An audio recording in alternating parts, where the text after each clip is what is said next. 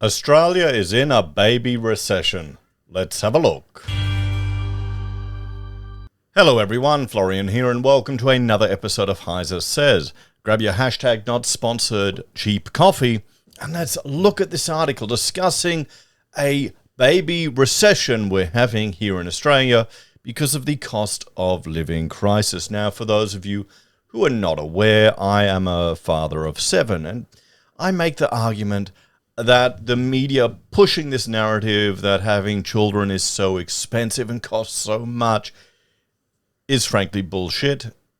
They really play it up, but I can understand the fear of people not wanting to have a kid. I can understand people being worried and scared and thinking it's going to cost so much it'll change their entire lives, and well, it will change your life, but usually for the better. But you don't really know that until you've gone through it. You really don't. And you see through all the bullshit then that they're telling you, they're pushing you, the establishment. So you've got to, I mean, the biggest concern is here, if we continue to have a population growth crisis through natural growth, it just means the calls for increased immigration to Australia are going to be louder and stronger and remain there. You've got a whole generation that are close to retirement that want to keep getting their little rewards that they worked for. So, Australia is in the grips of a baby recession attributed to rising cost of living pressures and economic uncertainty.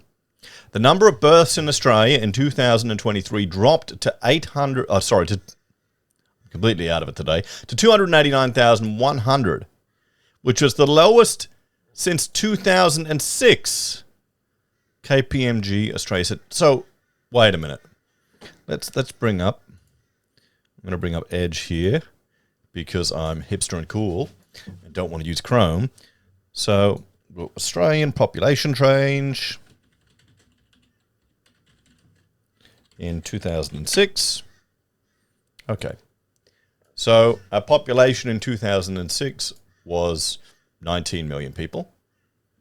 And let's have a look here. 2024. So, our what happened? Did they? So we've gone from 19.8 million up to 26.7 million.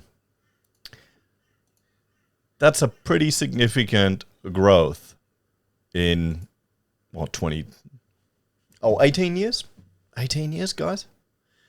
So the fact that our population, our birth rate, is at the same level when we had, 6, 7 million, 8 million people less, roughly, is really bad. That's a much bigger growth than I thought, to be honest. We're approaching 30 million people here in Australia, everyone. Wonder why housing's so expensive. It's not like we've got any new cities that people are moving to. It's still Brisbane, Sydney, and Melbourne, with a couple of people going to Perth. The pandemic baby boom is over, with 26,000 fewer births last year compared to the spike in 2021. An overall 4.6% year-on-year decline. This is bad. This is very bad.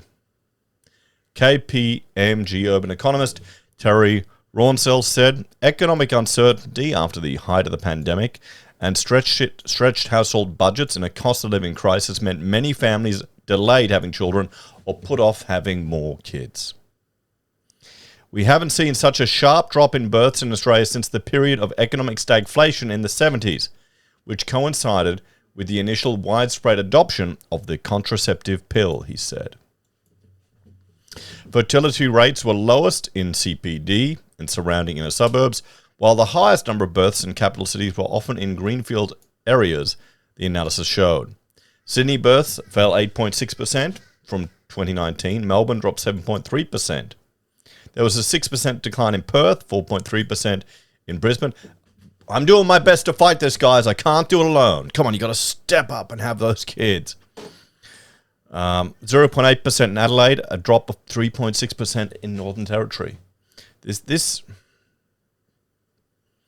So for those of you that are arguing that we need to decrease immigration to Australia, there's no chance that it'll ever happen if our natural birth rate keeps declining.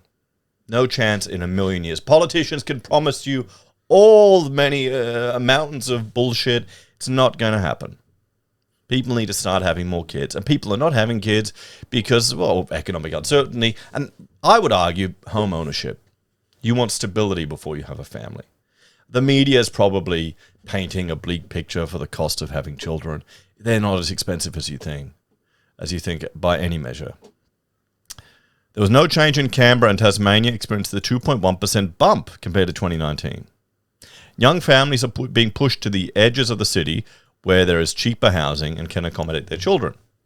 The overall fertility rate has dropped in recent decades, falling from 2 babies per woman in 2008 to 1.6 in 2023. So we're below replacement rate. You need to be at 2.1 to be at replacement rate. Are we at a point now where we're at civilizational collapse? Probably. Major regional hubs, including Newcastle and Wollongong in New South Wales, had a similar number of births in 23 compared to 2019, which Mr. Rawnsley said indicated sea and tree changes for younger Australians during the pandemic had ended. Geelong in Victoria's southwest was a notable exception, as there was a 11% jump in births over that period, but a drop of more than 6% compared to 2022. That's it. That's the whole article, is it? You're kidding.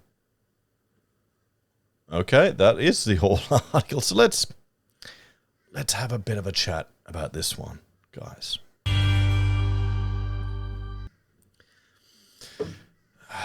This is concerning. We want people to have families. We want people to have children. We want people to have stability and to help grow our nation and our civilization. We don't want this decline. And I would make the argument that your perspectives changes once you have children. Once you have someone who's completely dependent upon you, what really matters in life gets reframed. You grow up. Honestly, you really grow up compared to when you didn't have kids.